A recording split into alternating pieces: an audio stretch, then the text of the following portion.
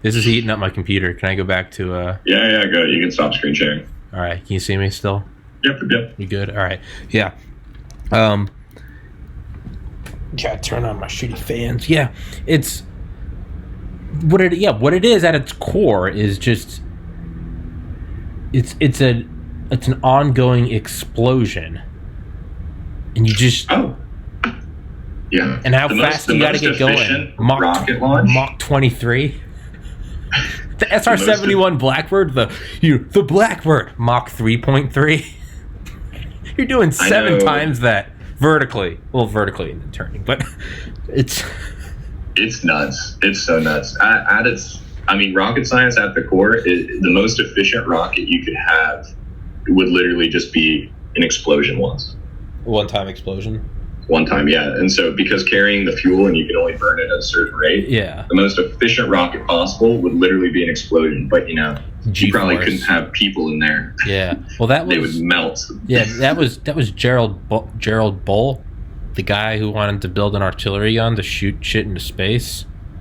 Dude, they Yeah, he said that he's like, it was just the G-force. He was like, man, we could get it up to orbit if we wanted to. They want to do rail guns and stuff like that. And another thing was they had, I forget the name of the project. It's been like essentially bathtubed a few times, but these scientists, when the Cold War was ending, all these scientists were like, what can we do with these warheads? And a bunch of them were like, Project Orion. Yeah. They're like, we could just drop these behind the spacecraft and that would be so efficient. Oh yeah, just big from pusher plate.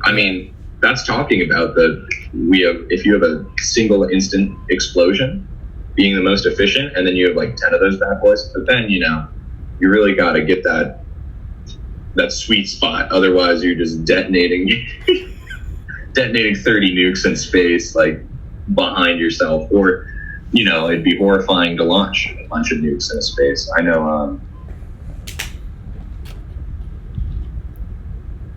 Can't hear you. Warren Eshpeter.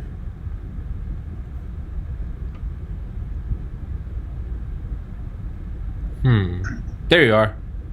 You can hear me? Yeah. I don't know what the fuck that was. It says my internet's slightly unstable.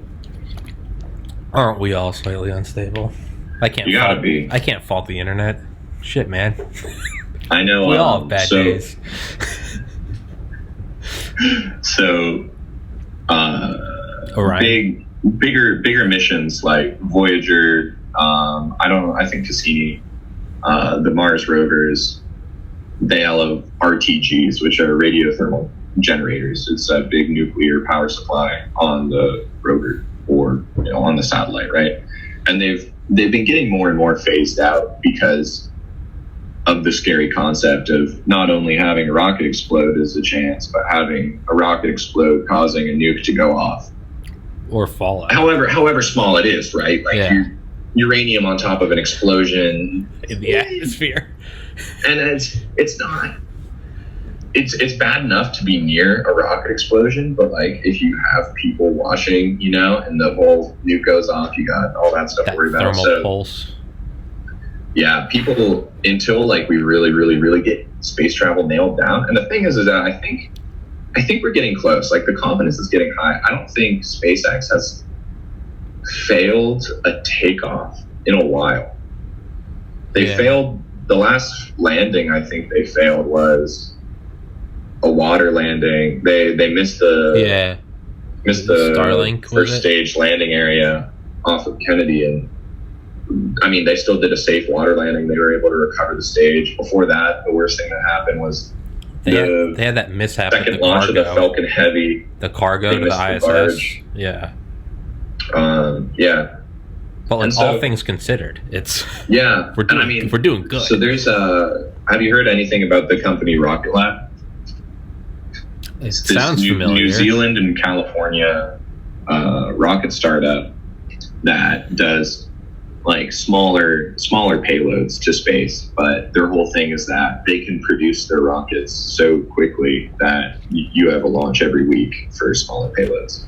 like 200 to 500 kilograms. And they say, how are we going to make the best carbon fiber rockets? And so they hired a bunch of these insane like yacht masters, sail master, construction guys who have a ton of experience with composites, and they started doing that. And as a result, the rockets are super light, super fuel efficient as far as weight goes, right? And I don't know if this was a plan from the start, but it blows my mind that somebody came up with this. They're like, all right, people like reusable stages, right? Falcon 9, Blue Origin, New Shepard, New Glenn, stuff like that. And I think ULA is going to start getting into that too. I see Tori Bruno getting attacked on Twitter a lot for not having reusable rockets, but the Rocket Labs guys want to recover their whole first stage by having 2 helicopters with a big net in the air, and they catch it. They catch it hundreds of meters off the ground in a net. First of all, if you're one of those helicopter pilots, I don't know how it takes off with balls that big. Yeah. Like, what is it? Is it 2 helicopters? I would hope it's 4. Yeah, it might be 4. I don't know. Because you gotta just think about that. Yeah, that weight. Can you imagine a rocket stage? Just exactly. It's gonna like pull them together like those little balls on a string that you flag. Maybe you do it over the water and you make the net big enough that all it really does is slow it down, kind of. Yeah, I think that. So they launched from New Zealand. Maybe use drone helicopters. Let's see. You could get like a Chinook, right? Why? If we can make some, I feel like you could probably get like a drone Chinook. In all of my helicopter expertise. I'm trying to think. Oh, people don't like that I use ad block. That's. I don't know. I think. What about just like balloons? So what happens is the rocket stage has once it separates the kick stage where it sends the stuff into whatever orbit it needs to be, it deploys a parachute and essentially spirals down. So I mean, it's still probably thousands of pounds just coming down towards Earth, but it's slower than initially. The terminal velocity. I'm interested about this because they just did a launch. I don't know if they tried to capture.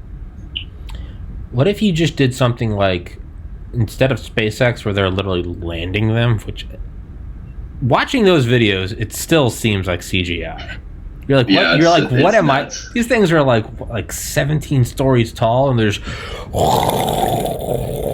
they just stop, and it's like, I feel like I'm watching some like shitty like stop motion but it's happening. I've never seen a SpaceX launch. That would be rad. No, not in real life. I haven't. I would love to watch it. Oh, I know. But even just watching the live streams, if you were there in person, just to confirm the realness of it, just let it vibrate you. That would be. I would love to. I would love to watch them land again. I've watched videos of them landing from a distance, and it's not. Yeah, it's not like the videos you see online. It's it's from a distance. They're out there in like a crowd. Everyone's got a beer, and then it's like the 2 huge sonic booms as they come back down. And it's just the like rockets reignite. Yeah, and it's like holy shit. But what I was thinking, have you ever been to a rocket launch? No, I feel like I need to, man.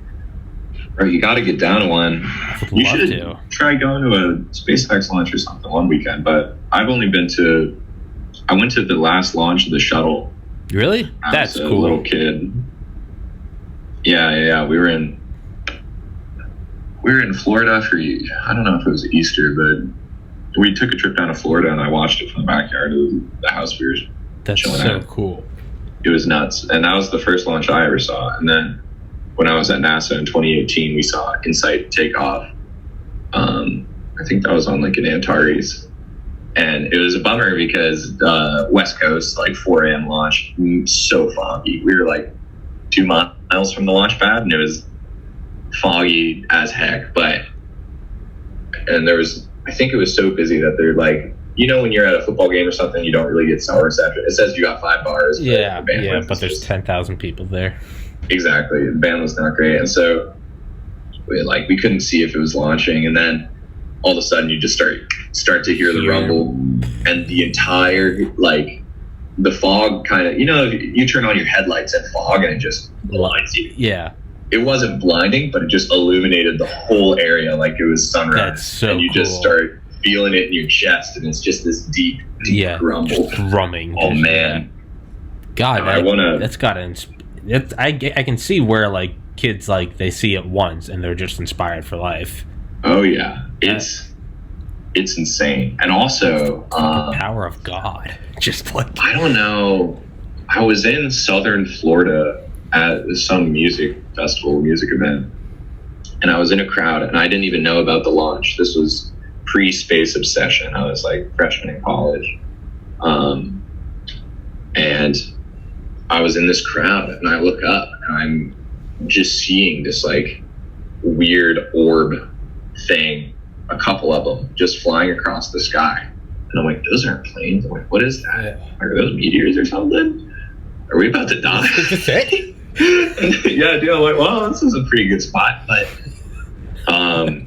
they just start like lighting on fire. And I'm like, what? And apparently it was the fairings just freaking slamming back into the atmosphere from a launch earlier that day at Kennedy. And that's weird spot to see it. I will say, people in the audience were like, oh God. Oh God. Yeah. What? I don't even know how you would.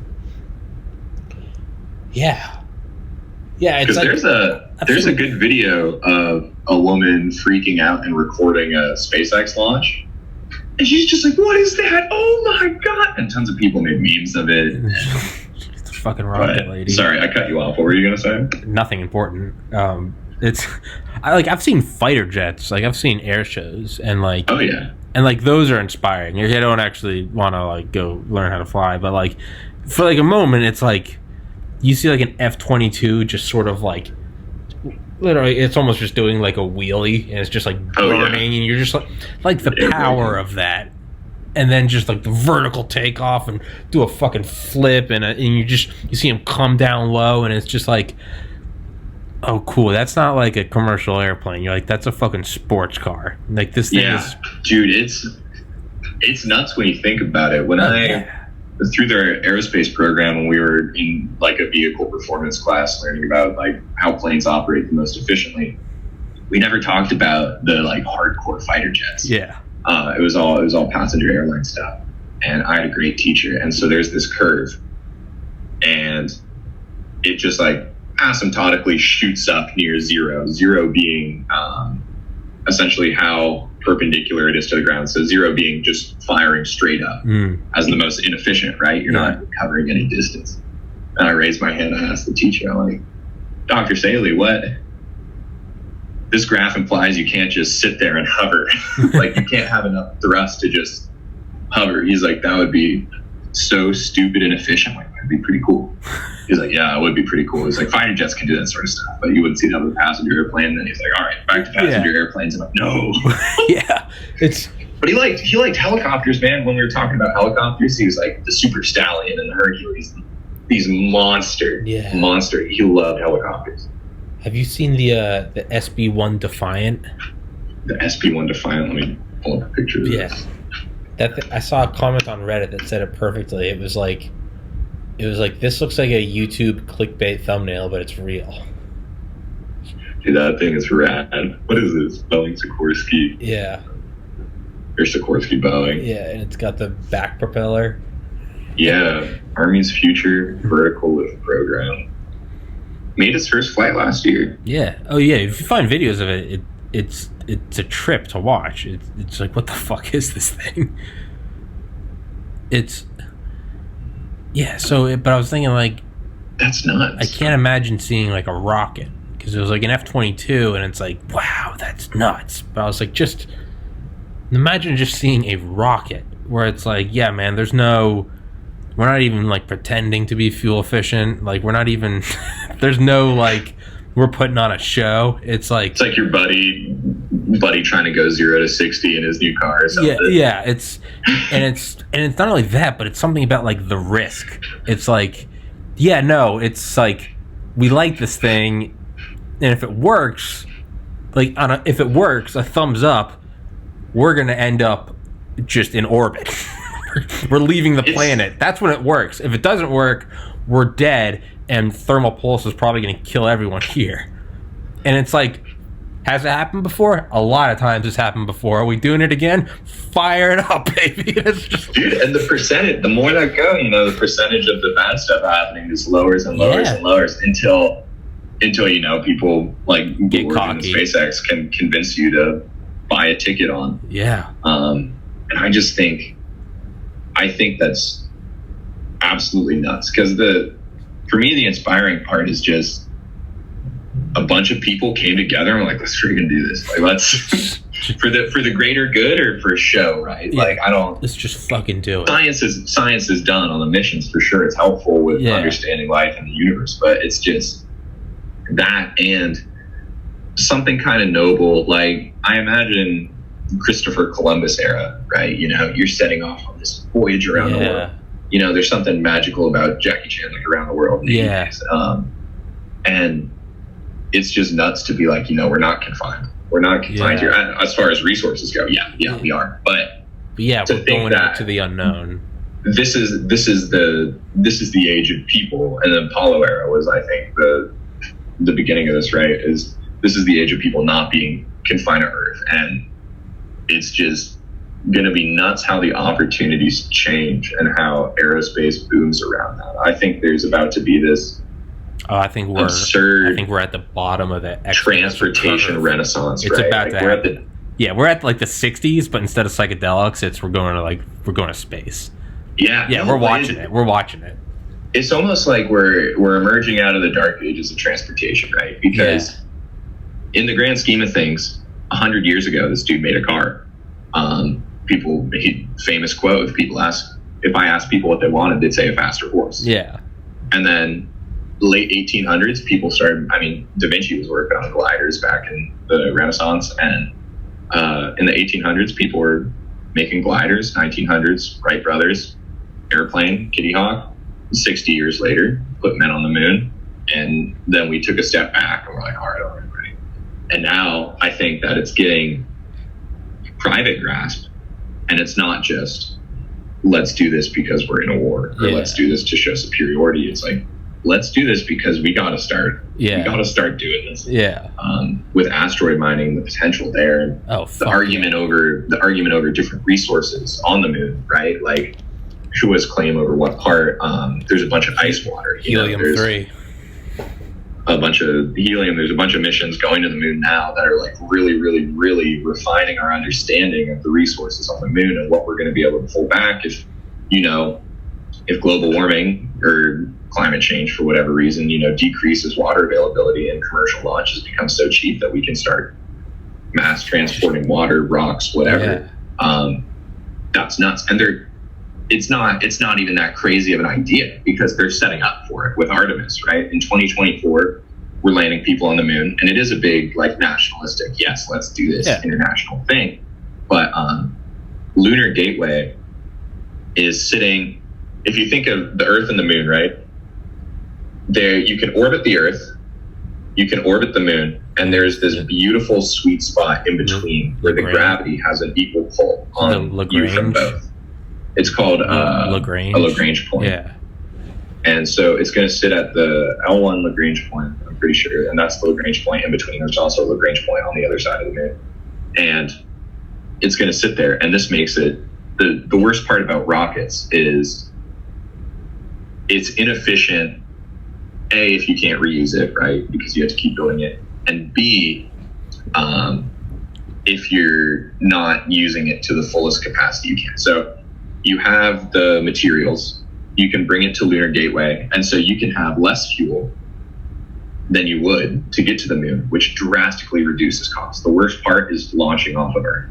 Yeah. Once you get to the moon, once you get to orbit, transportation gets so cheap as far as fuel. And so you get to this Lagrange point, and there's this big ISS-esque outpost there. You can refuel, and this is going to be kind of like the ISS in terms of, it's going to take some time to develop and get it up to where it needs to be. But if you have something there where you can refuel, okay, you just saved millions in fuel and weight on the launch, And now your reach is extended way past where people have been able to go before. Like, the Voyager had to do loop-de-loops around Jupiter and different planets just to get gravity assist to leave. If we're able to refuel and do that, we can go way further, way faster. Talking about sonic sat. Throwing back. I was thinking about that on my run today. I was just thinking about going to bring it up. Yeah, I know. As soon as you said gravity slingshot, I was like, Warren and I have talked. I was like, oh yeah, yeah. But Lop G is supposed to be at the Lagrange point, and it's and that's going to make it so much cheaper to land on the moon, take back off, come back, and launch from Earth, go to the moon. And especially if you can put excess supplies there to keep people. I think astronauts in the ISS typically are in between like 180 or like 90 and 180 days, I think, just because of some of the health effects. And they're talking about keeping people on the moon a little bit longer because there's gravity. You're not going to deteriorate as fast on the surface of the moon. But you need the resources, which is where Lunar Gateway comes in. And there's actually there's a graphic. I'll talk about that later. But what people are going to notice if this is a success is there were a bunch of companies that were mega optimistic and their ideas were economically sound. It was just they were before their time. Talking about companies like Planetary Resources or Deep Space Industries, these people were like, we need to start utilizing asteroids, start utilizing the moon as a stepping stone for where we want to go. What is rocket fuel? It's hydrogen and oxygen. Yeah. Okay. Well, if we go to the moon and dig up ice water, we can convert that H2O into hydrogen and oxygen as fuel. So you're carrying less fuel than you need. You're able to utilize things on the surface, and now you're able to get more materials along the way and go further because you're not under the constraint of having to keep launching and launching. And when you're on lower gravity bodies like asteroids, right, the possibilities are endless, especially in terms of the materials. Yeah, the gravity well isn't insane. And there are companies like Deep Space Industries. Luxembourg is a huge advocate of utilizing space resources. Don't sleep on Luxembourg. Dude, don't sleep on Luxembourg. They're wild card. Rich country. They're tossing money to it. They're like investing in these. I know Planetary Society got bought by a blockchain company. I have no clue what they're doing now. But Deep Space Industries was like, all right, if we can get to asteroids that have gold, platinum, cobalt, whatever, $100 trillion of platinum on it. So it's not even about just the materials. Yeah, you can bring back all these precious metals that we use in manufacturing, and you can really expand what's happening on Earth in terms of technology. But you are landing on something, and their final goal was like, if we find big asteroids full of good stuff, like we want to set up factories that can produce spaceships there, because if we have the resources to make the spaceships and make the fuel, just think about the potential of launching from something whose gravity is 1/8 of Earth or 1/20th of Earth.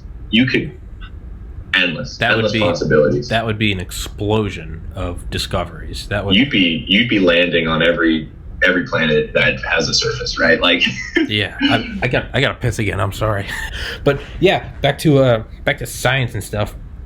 So what I was thinking is like I kind of feel like we're, because like I don't know, the space race was the space race, but it was you're right. It was more about like these like hyper prioritized and classified like reconnaissance missions, big defense stuff. Yeah, CIA, NRO, geospatial, and then you gotta stand up the Soviets and get to the moon, but didn't really have any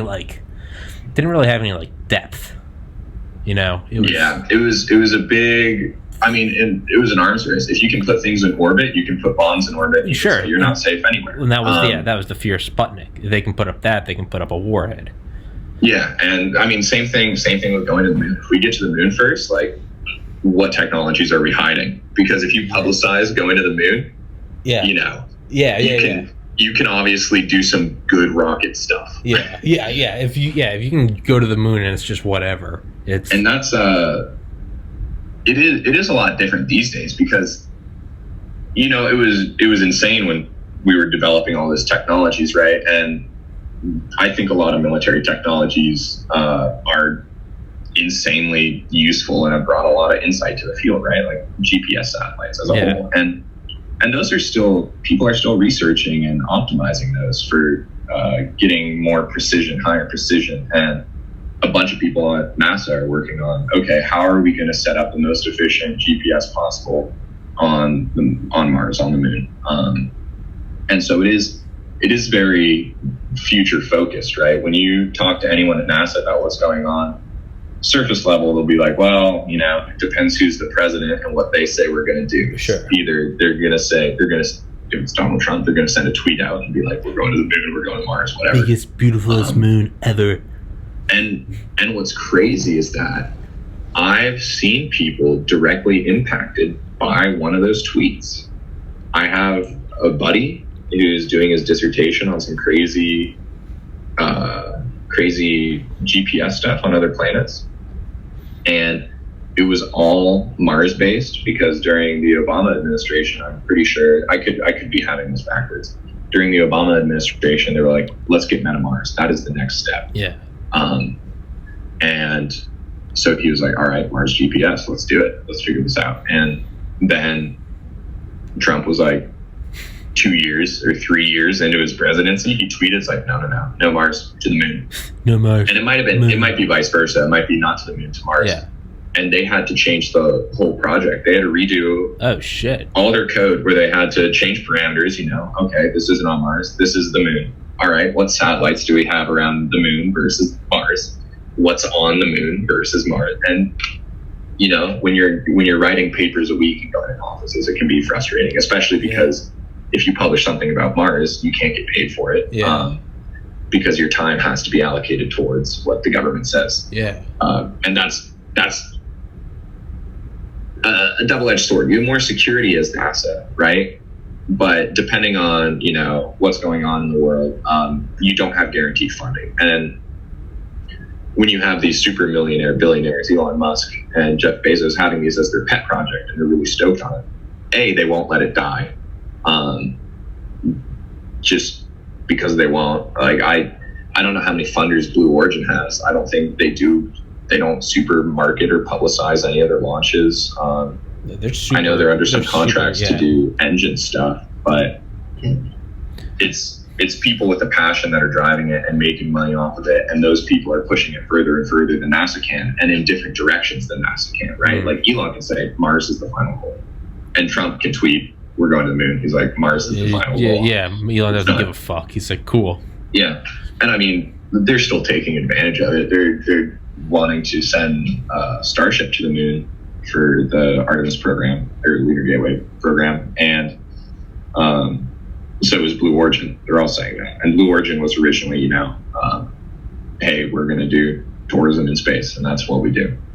But I think the privatization of it is part of the renaissance, right? Is going to be a big step. I mean, you're starting to see more and more and more of these companies who aren't just doing government stuff. I mean, SpaceX and whoever do make a lot of money on government launches, but we're seeing companies that do satellite imaging or other launch services all commercially.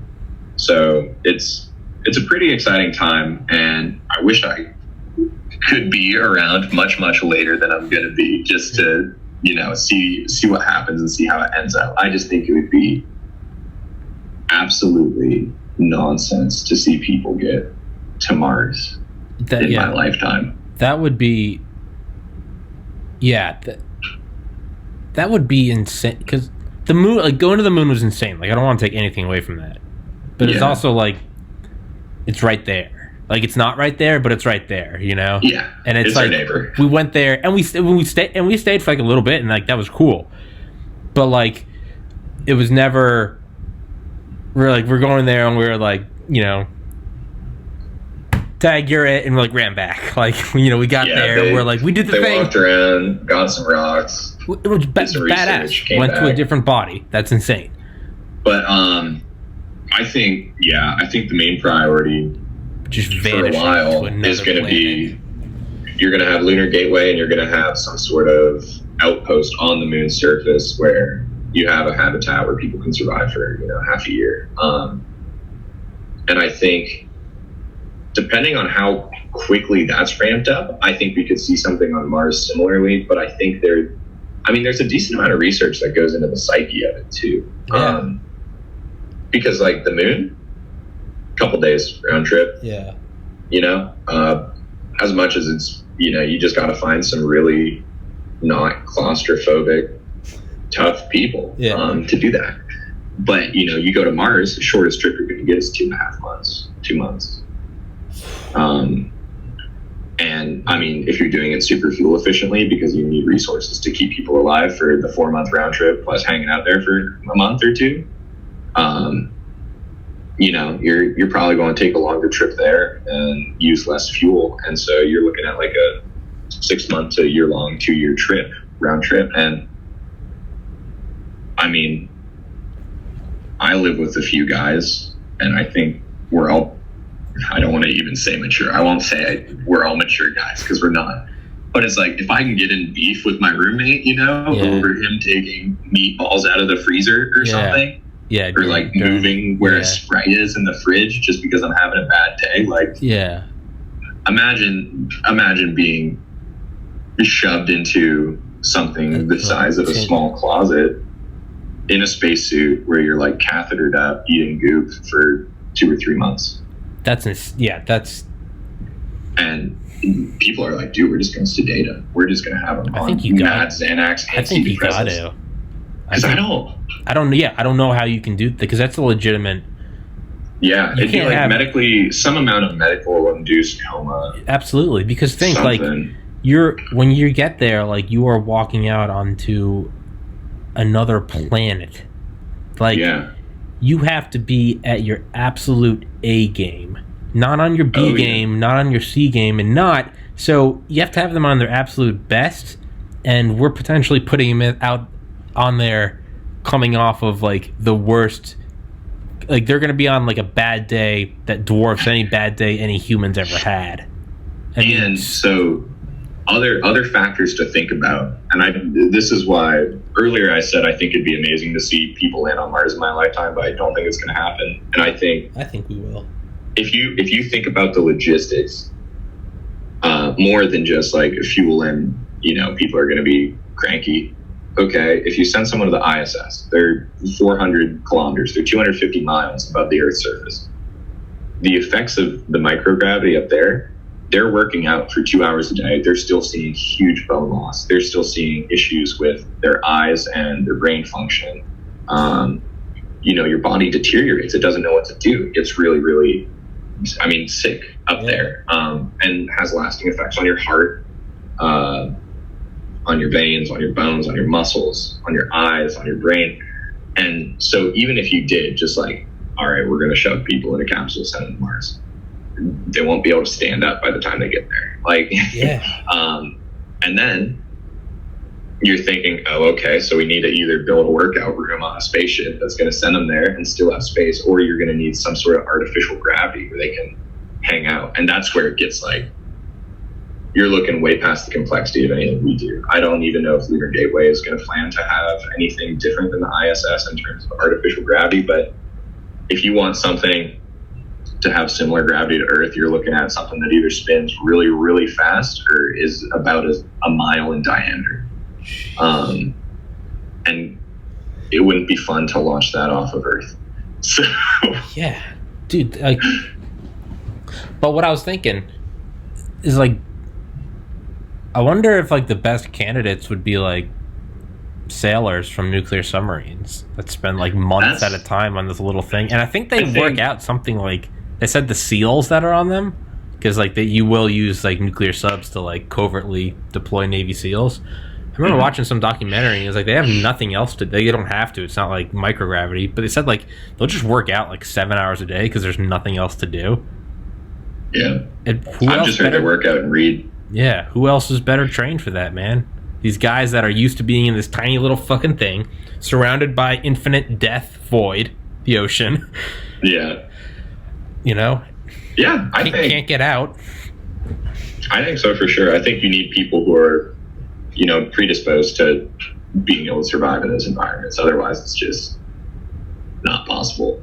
And I think there was some special on the Science Channel or Discovery Channel where they talked about, NASA does these studies where they pay people to, chill out in a fake lunar Martian outpost. Yeah, stand there for like 500 days or something. Yeah, and no one's made it more than a couple months, few weeks, just because. I mean, it's gotta be a little tempting. It's probably more tempting to leave because you're like, I'm on Earth, I can pull the plug and just literally just go to Chick-fil-A. Like I can just go to Chick-fil-A, watch some Rick and Morty, and get ripped. Like that sounds way better than hanging out in a desert in a fake spacesuit. Oh, sorry. Yeah, you're good. I mean, just send it. No, you're fine. But I wonder if it's easier to do it when, it's. I don't know. I imagine that, like, if you were to go swimming and you were training in, like, some swimming pool and they're like, let's see if you can swim 50 miles. Like, at a certain point, like, your limbs feel like concrete. You're so tired. Your muscles ache. And I just want to get out. But, like, if you're in, like, the middle of the ocean because, like, your plane went down and you're still, like, you can see shore. You're, like, 10 miles away. Like, you can survive. Oh, yeah, you're going to swim that. There's going to be something that's, like, fear, and it's going to be just also like I have to do it. Like I have to do it. I think humans. I think there's going to be There's going to be like animals in general, anything living in general, built to survive if there's even the slightest possibility, right? So I think if they're just like I just have to buckle down. If you didn't see shore, you'd probably still pick a direction and swim until you could. Until you just stopped. Because there's like, what else are you going to do? You're going to hang out and be like, oh, a boat could come by in a few hours or a couple days. Guess this is it. Yeah. I don't know what I'd do. I'd be like, I would hate to be stranded in the ocean. Just fucking sharks, man. Bro, sharks. I don't even think sharks would go after you. Yeah, I don't. What are you trying to say? You don't think sharks would think I'm tasty? Well, I mean, I think maybe my urine would just like, dude, this thing keeps pissing. They call I think it was on one of the old Rob Dyrdek shows. Did you ever see Rob and Big? Yeah, he had the other show. I forget what it is. And then he had Rob's Fantasy Factory. Yeah. On the Fantasy Factory, they went scuba diving with sharks. And they put you in like a chainmail thing because he wanted to get bit by a shark on his arm. And he said he was gonna crap himself out of fear. And then the diving instructor, without skipping a beat, and I still to this day don't know if it's a lie and or scripted because I haven't Googled it. He said, if you poop yourself, we call that shark sugar because they like the scent and they'll come after you if you crap. Oh no. And I'm like, so maybe you'd be fine just peeing away. Maybe. Yeah, I think if you were out there and it was like, you're on an interplanetary voyage, I feel like there would be a certain level of like, there's a goal in mind. Like I can't get, even no matter how bad it gets, be like, I can't get out of it. And not only that, so that's like the negative, like use fear to your advantage. Like I can't get out of here. But then there'd be a positivity. It wouldn't be if I get to the end of it, then I'll get the check from NASA because I did it. You'll be like, I'm going to be on a new fucking planet. Yeah, so it'd be nuts. It's very different than just, swim 100 laps versus you're in the ocean. Well, I think that's why it's hard to test and train people for it, right? It's because there's nothing you can compare it to. And this is what they're going to end up doing is probably sending people to the moon and being like, here's what's going on. There's no way out here. Yeah. Yeah. Probably. Yeah. So it's to come. It's to come for sure. And it's just hard to imagine because we're not at that point, right?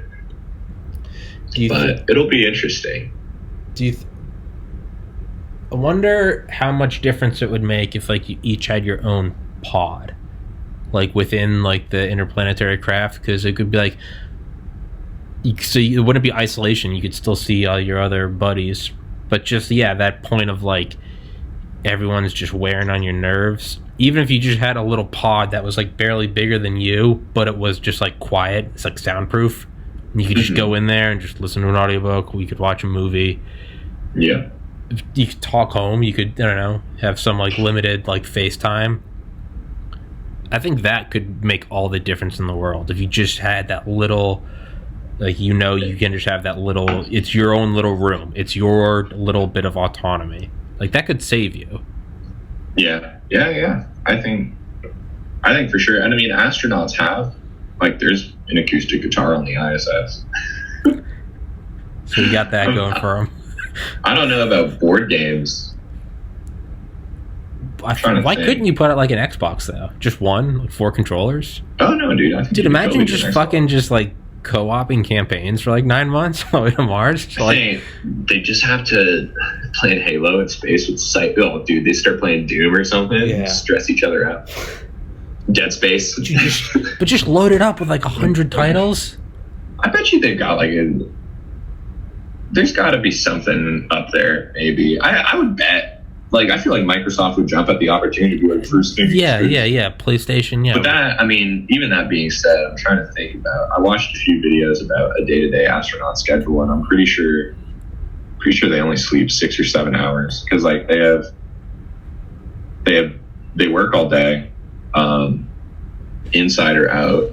Yeah. They have to work out for a few hours, and then they got to eat and cook. I think each astronaut only has like hour and a half of downtime a day, and they get 6 hours of sleep. But yeah, dude, they could totally run up Halo or like Rocket League.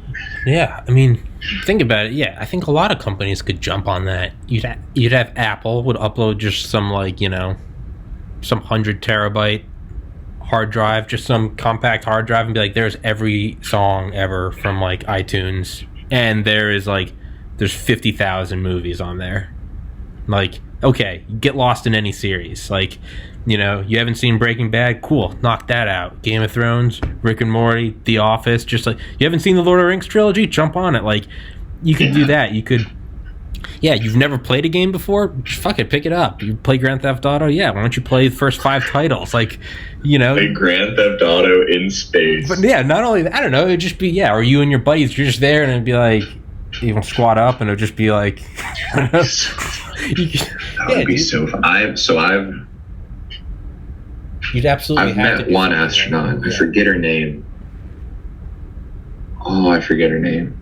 Shoot. But she was just like so sweet for fun, She's just a distance runner, hangs out, does a lot of gardening. And I'm just trying to imagine her just like mowing down civilians in Grand Theft Auto and being like, ha ha.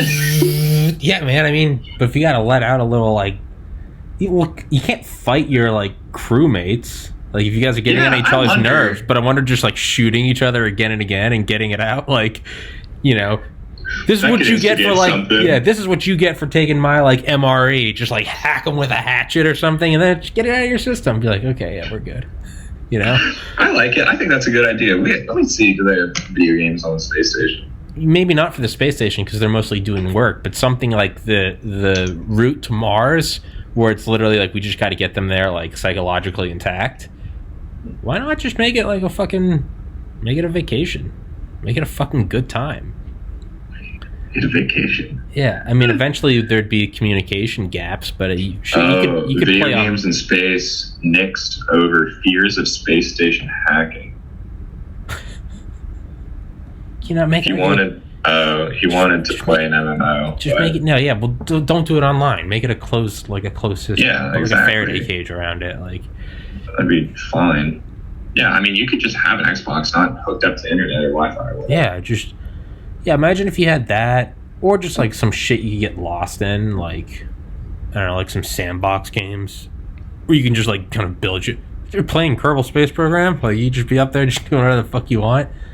But awesome. Yeah. Do you think that there would be 1:49? You want to go for like 11 more minutes? And that sounds perfect. Beautiful. Do you think there would be something like? Oh man, I feel like you'd have to have like an allotted amount of like Valium or Xanax.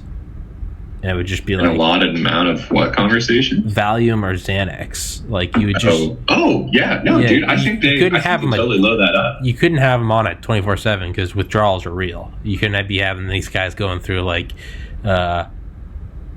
what's that movie? Requiem for a Dream. You couldn't have like that shit going on a spacecraft. But like, even if it was just like every like once a week, you are allotted like a shot of like Xanax.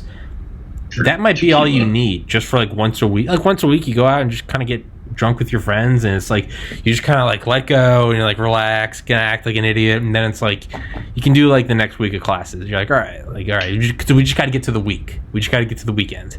Like, what if you were just allotted like one night a week where it's like you? There would have to be some sort of mega cushioned room with no electronics for them to possibly just ignite in some sort of weird tripped out. Yeah, you just have to. State. Yeah, you just have to like let them get blasted on just Xanax, just like. Dude, I bet you they have a fair share of tranks. I'm sure that you have to, because that is like mission critical. That your operators are like. I was reading Black Hawk Down when I had Mike Durant on, but they talk about like the pilots there. Like you see the movie Black Hawk Down, you got all the operators like the Rangers and Delta Force. You know, they're on like cots in like a warehouse, and it's like 150 degrees, and it's just like, you know, sucks to suck. But they talked about like the pilots, and the commander of Delta Force literally like he like ordered like an extra refrigeration unit, and then cleared it out and just put in cots. And he wanted his Black Hawk pilots to sleep in there because they could put it down. They could, if you turn the refrigerator up, you get it to like 70 as opposed to like 50. But it's like you're in Africa, but he wanted his pilots in these closed places with no windows, so no light coming in.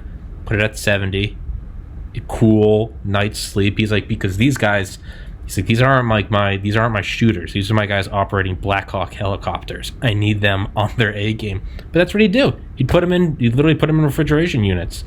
He's like, it is more, and no one complained about it. None of the soldiers were like, how come they get it? It was like, because these guys are flying you in at 180 miles an hour, you know, low altitude at night while you're taking RPG fire. Like, you want them on their A game. You can't have them stressed out. You can't have them. Yeah, you can't have them falling asleep at the wheel. So I bet they do have a ton of fucking tranquilizers up there, because these are your operators. These are your boots on the ground, but just you're in space. You can't have them wigging out. You can't be like, hey man, can you it's not like Office Space. Like, can you come in Saturday? Can you pull a double? Like, no. Like, you need them relaxed. Yeah. You gotta have them. I don't know. Yeah, man, you gotta have some mental fortitude, like a monster, to do that. Because I mean, I do. Oh, what do I do in my life? I hang out in my basement and host virtual Minecraft camps for kids, and it's like, it's awesome, and I teach kids. But you know, the night before, I get a little stressed out. Like, what if they don't like my lesson? I'm like, crack open a beer, hang out. Yeah, go ahead. Let's get this. I mean. And then imagine ISS, you're just hanging out, you're like getting suited up, ready to go, and then it's like, psh, there's a fire somewhere on the space station. And they're just like, oh. But no, you got to stay calm, cool, and collected. It's a great, we're getting. Yeah, dude, you got to follow commands, you got to, don't look down. Follow procedures, you got to not skip anything. Because you're looking down and you're looking down at continents flying below you. It's just like, yeah, you got to have a mental. But I think it's a different kind of fortitude than being in a little capsule and just, or just even the ISS. It's like, if you were to get anxious or be like, this thing's been up here for like 20 years. Like, we've got it, you know, when you're up there, they could be like, look, man, you're like, we don't publicize it, but like, yeah, we've had bad days before, but like, we're still going, and we've been going for 20 years. You know, we've got it figured out. Like, you know, here's a little whatever. But dude, you're just getting hurled into interplanetary space. There's no. I mean, if you got the nerves, there's no legacy, right? Yeah. There's nothing there that's been there. Yeah, there's no precedence. You know, you go to the moon for like the lunar gateway, you could fall back on the Apollo. You'd be like, hey, look, they had the right stuff. Like, you know, you can do it too. They even played golf. Yeah. Like, hey, and they almost died a couple times. Like, you could kind of okay. And they figured it out, Yeah. right? And so the considerations taken to that. But having not gone to Mars, right? We can take the lessons learned, but we're going to face new stuff. And like, there is something funny. So my research professor at Georgia Tech, for his PhD, he wrote the GPS code that the ISS used. Jeez. And, you know, it was on its own dedicated computer. You got to know where the ISS is at all times to make sure everything's operating, you know, perfectly. And NASA called him one day. He said like 15 years later, NASA called him and was like, hey, it stopped working. It's like, what do you mean it stopped working? It's like, hey, the code, like GPS isn't working.